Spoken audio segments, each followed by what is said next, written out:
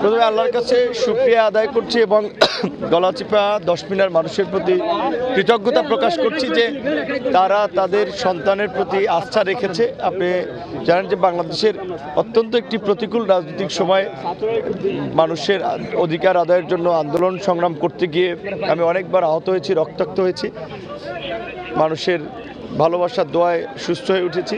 সেই ছাত্র আন্দোলন থেকে 2026 সালে জাতীয় নির্বাচনে অংশগ্রহণ করেছি। এলাকার মানুষ তাদের সন্তান হিসেবে ভালোবাসা থেকে একটা প্রতিকূল এবং চ্যালেঞ্জিং নির্বাচনের মধ্যেও তারা আমাকে ভোট দিয়ে জয়যুক্ত করিয়েছে। সেজন্য আমি তাদের প্রতি ধন্যবাদ জানাই এবং সরকারকে ধন্যবাদ জানাই, নির্বাচন কমিশনকে ধন্যবাদ জানাই যে বাংলাদেশের এই ত্রয়োদশ সংসদ নির্বাচন বাংলাদেশের জন্য, জাতীয় জীবনের জন্য একটি গুরুত্বপূর্ণ অধ্যায় ছিল।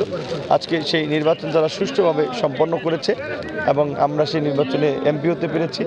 জুলাই বিশেষ করে আন্দোলনে শহীদদেরকে আমরা শ্রদ্ধার সাথে স্মরণ করি, সহযোদ্ধাদের প্রতি কৃতজ্ঞতা যে আজকে ফেসিবাদ পতনের না হলে হয়তো এই নির্বাচন হতো না।